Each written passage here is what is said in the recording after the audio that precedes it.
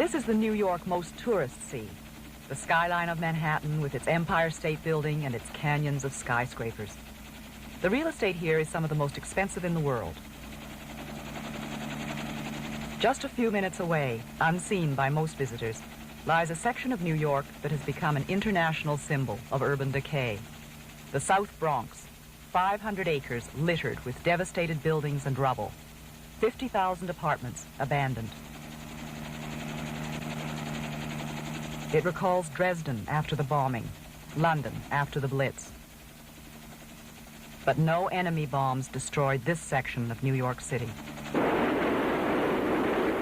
From the high-rent district of Manhattan to the South Bronx is only a 15-minute ride by subway. In the South Bronx, 3,000 buildings stand empty. Tin sheets and cinder blocks have been inserted into the doors and windows in a vain effort to keep thieves and squatters out. Almost 500,000 people still live on these streets.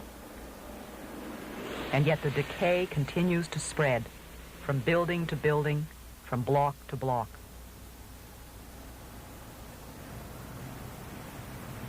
"30 years ago, the Bronx was a mecca for the white middle class. The streets were lined with trees, apartments were solid, and rents were reasonable and strictly controlled. The Bronx called itself the borough without slums and thought itself invulnerable. The decline was swift, but it began innocently with a plan to provide housing for New York's poor. When these massive housing projects went up, the Jews, the Irish, and the Italians began to move out. The South Bronx became a ghetto of the very poor, who were mainly black and Puerto Rican. They were dropped down like pawns on a giant chessboard, and when their neighborhood began to decay rapidly, they felt powerless to stop it. It started in the 60s with inflation.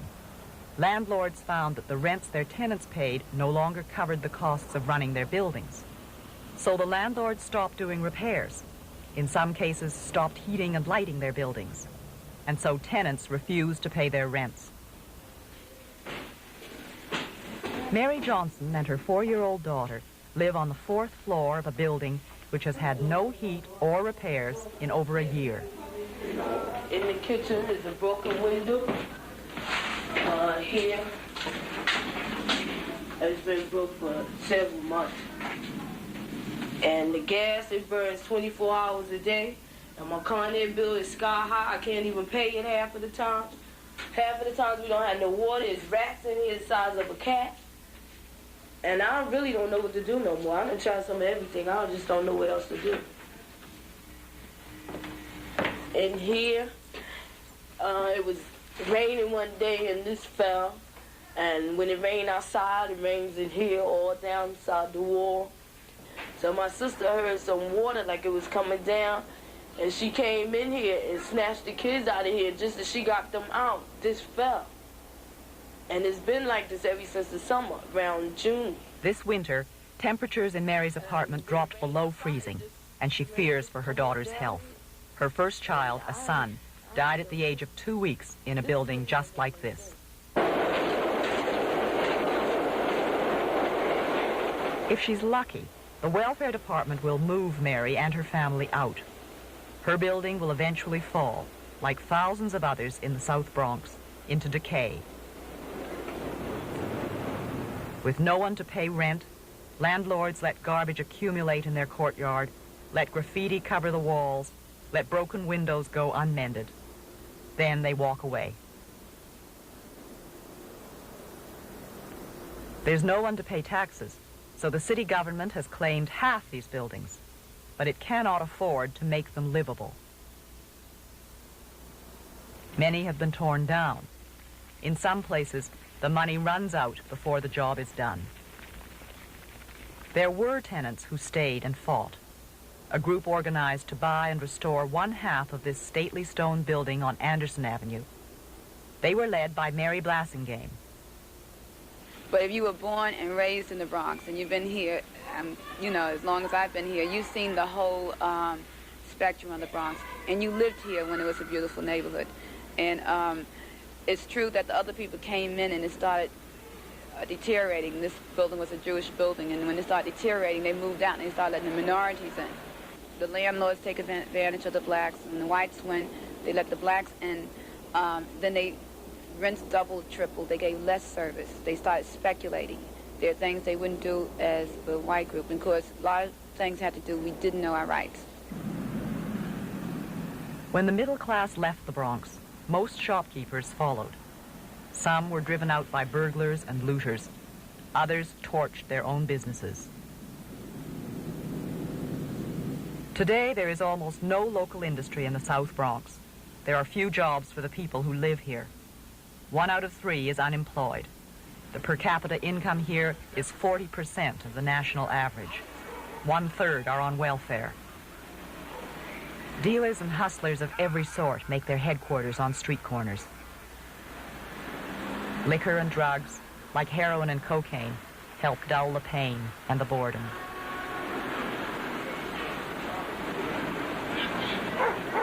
Bands of wild dogs share the streets of the South Bronx with the people who are stuck here.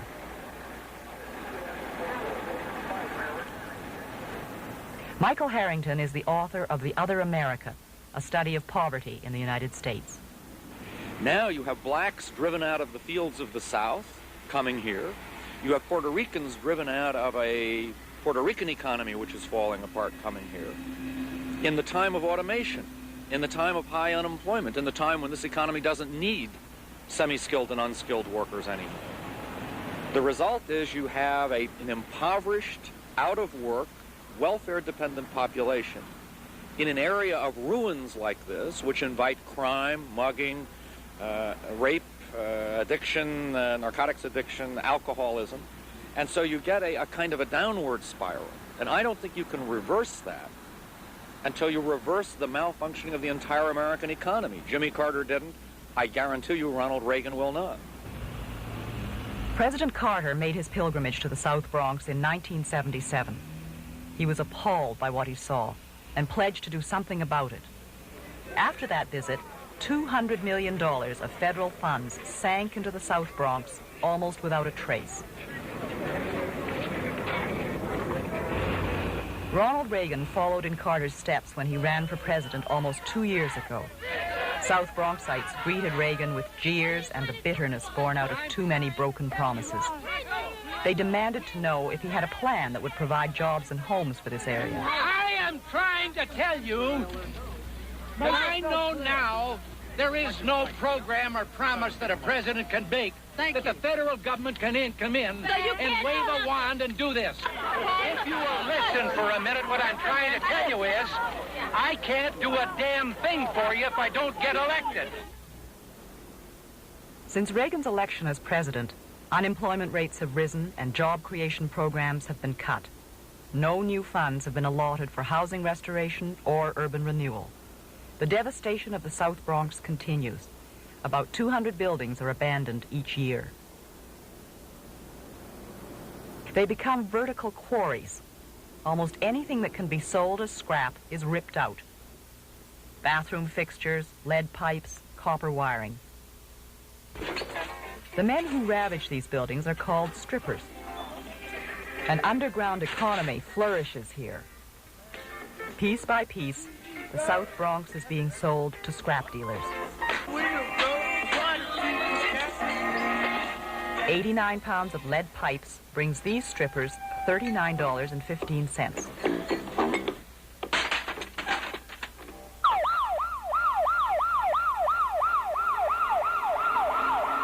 There's a fire every 2 hours in the South Bronx. The fire department suspects half are deliberate. Since 60% occur in vacant buildings, many of them must be set by strippers who want easier access to pipes and wiring. All right, watch out on the other side. Watch out. The rest are set aflame by landlords hoping to collect insurance, or by tenants who want the welfare department to relocate them. 36 people died in fires in the Bronx last year. This man was unconscious for 20 minutes before oxygen miraculously revived him. In here, and they will clean us out. You hear me? Water damage has made the Phillips apartment impossible to live in.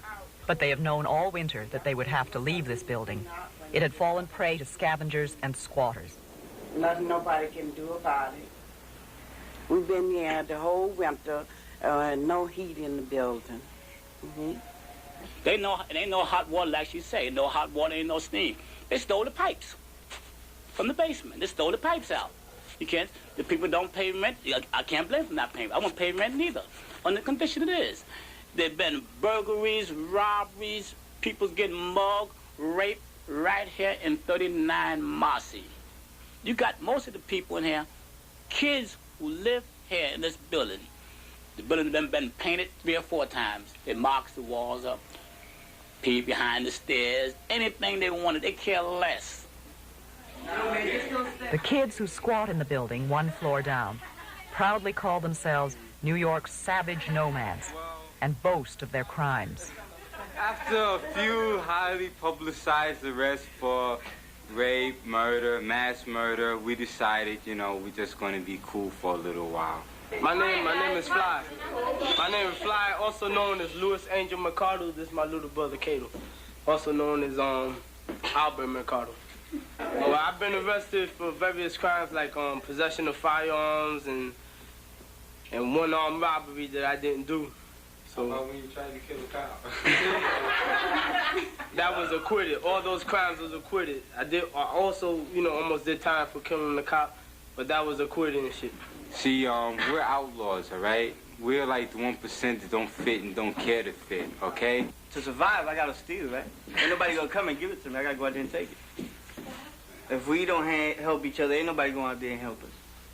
We gotta stick together like glue. When you're in the Bronx, you don't say, I'm going to get out. You become absorbed by it, and then you never leave. If you stay here like a month, you never can get out. You can never leave. A few years ago, there were so many policemen killed out of this police station that it came to be nicknamed Fort Apache. Now the whole area is surrounded by rubble and by ruins. Today, the 41st Precinct is called the Little House on the Prairie. But the South Bronx still has more murders, more armed robberies, and more burglaries than any other area in New York. Richie Haight grew up in the South Bronx when no one locked their doors. He has been a police officer in the adjacent 44th Precinct for 16 years. I personally think it's more dangerous to be a store owner or a taxi cab driver in this South Bronx than to be a police officer. At least we're expecting something to happen to us, and we're ready for it, and we're armed for it. Richie patrols with a .38, a billy, and a bulletproof vest. The 44th Precinct, with a population smaller than Halifax, had 26 times as many murders last year. And there were more robberies in 1 month in this neighborhood than in all of Halifax in 1 year. Everybody out here is trying to make $1, one way or the other. Either dealing drugs, numbers, stealing. Just to own a car here and to have it parked at the same spot in the morning, you're lucky. This precinct here in the 44th Precinct, we had more murders than any part of the city. We had 79 murders within 1981. Are they violent usually? Very violent. Example, the night before last, we found a 70-year-old female. It was a push-in robbery, which means she was going into her house, put the key in the keyhole, and she was pushed in, and she was knifed about 4 or 5 times in the chest. Very violent. How much should they steal from her? Unknown at this time how much money she did have, but apparently she was poor. That's why she's living here. She had nothing anyway. When you see something like a 70-year-old frail woman, and where you got to stab her 4 or 5 times in the chest, where you can just grab her and throw her to the floor, it indicates a lot of hate. Carrie Smargazzi has lived in the South Bronx for 50 years. Although her neighborhood has deteriorated into a slum, she is resigned to spending the rest of her life here. Her rent is only $85 a month, and she cannot find an apartment so cheap anywhere else in the city. So she'll stay, despite the problems.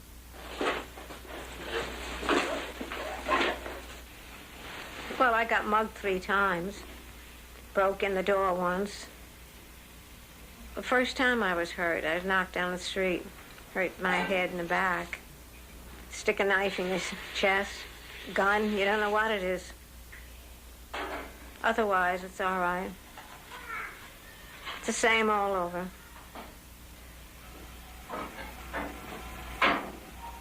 Well, I'm all alone. I never go out after 4 o'clock. When I come from the center, I'm in the house for good.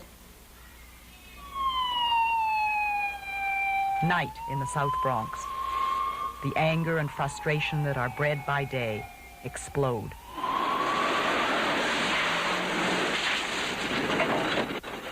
A suspected drug dealer has been reported hiding in this abandoned building.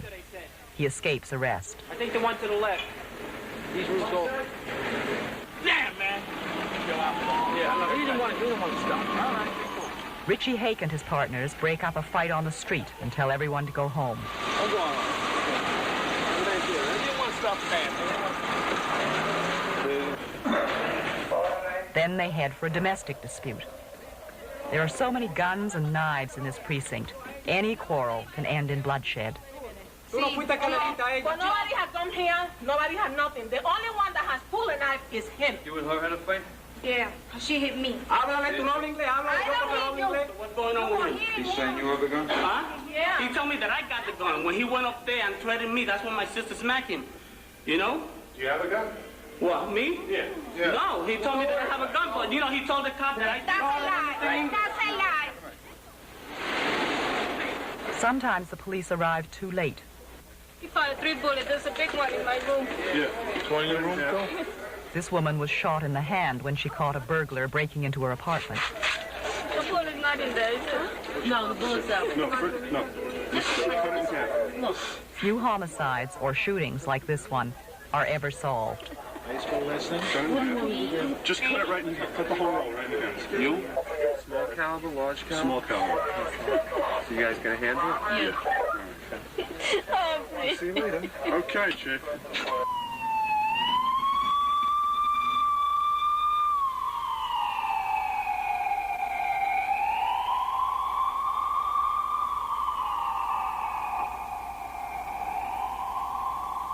The rest of New York City has turned its back on this area, but it will not go away. Decaying urban areas like the South Bronx provide a spawning ground for violent crime and perpetuate a hopeless cycle of poverty and despair. What I think will happen is maybe we'll try to do again what we did in the 1950s. Sweep these people under the rug and just pretend that they don't exist. Put enough cops around here to keep them from disturbing middle-class society, and go to a kind of an armed camp to deal with the anger and the frustration and the poverty that's here, and see if we can't ignore it.